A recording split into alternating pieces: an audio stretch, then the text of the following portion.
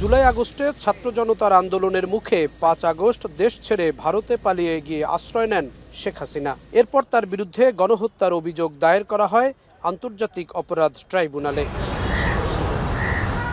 মানবতা বিরোধী অপরাধ মামলায় শেখ হাসিনার বিরুদ্ধে গ্রেফতারি পরোয়ানা জারি করে ট্রাইব্যুনাল। শেখ হাসিনা ভারতে অবস্থান করায় ও পলাতক থাকায় গ্রেফতার করতে না পারার কারণ ইতোমধ্যেই ট্রাইব্যুনালকে জানানো হয়েছে। সহায়তা চাওয়া হয় ইন্টারপোলের। একই সঙ্গে মামলার অভিযোগের তদন্ত চলমান।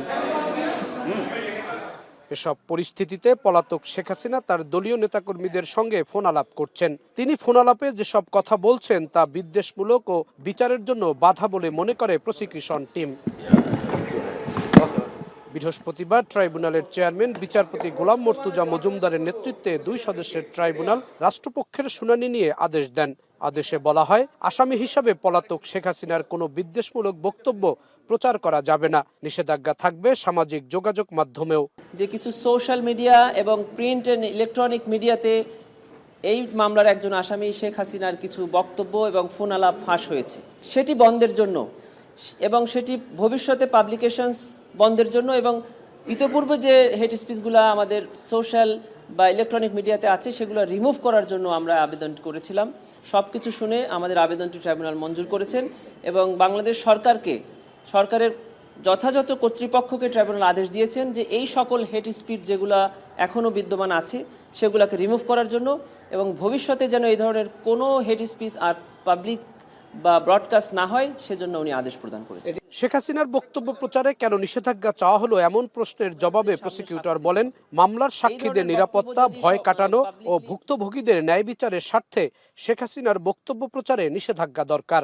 যে সকল সাক্ষীরা ইতোমধ্যে আমাদের কাছে জবানবন্দি প্রদান করে গেছেন তাদেরকে কিন্তু ট্রাইব্যুনালে এসে জজদের সামনে সাক্ষ্য দিতে হবে।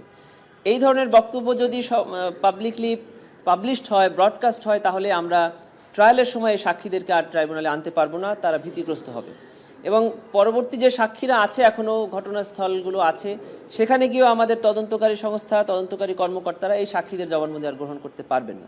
সামাজিক যোগাযোগ মাধ্যমে তার বক্তব্য প্রচার না করতে ফেসবুক সহ সব মাধ্যমকে চিঠি দেবে ট্রাইব্যুনাল। আমরা আমাদের কোর্টের যে অর্ডার আছে সেই অর্ডারটা আমরা লিখিতভাবে ফেসবুক, টুইটার, ইউটিউব সহ যেগুলো ইন্টারন্যাশনাল সোশ্যাল মিডিয়া আছে এখানে আমরা আমাদের ট্রাইব্যুনালের আদেশটা পৌঁছাবো এবং তাদেরকে লিখিত জানাবো। এগুলো ইন্টারন্যাশনাল হিউম্যান রাইটস স্ট্যান্ডার্ড অনুযায়ী এগুলো হেট স্পিচ।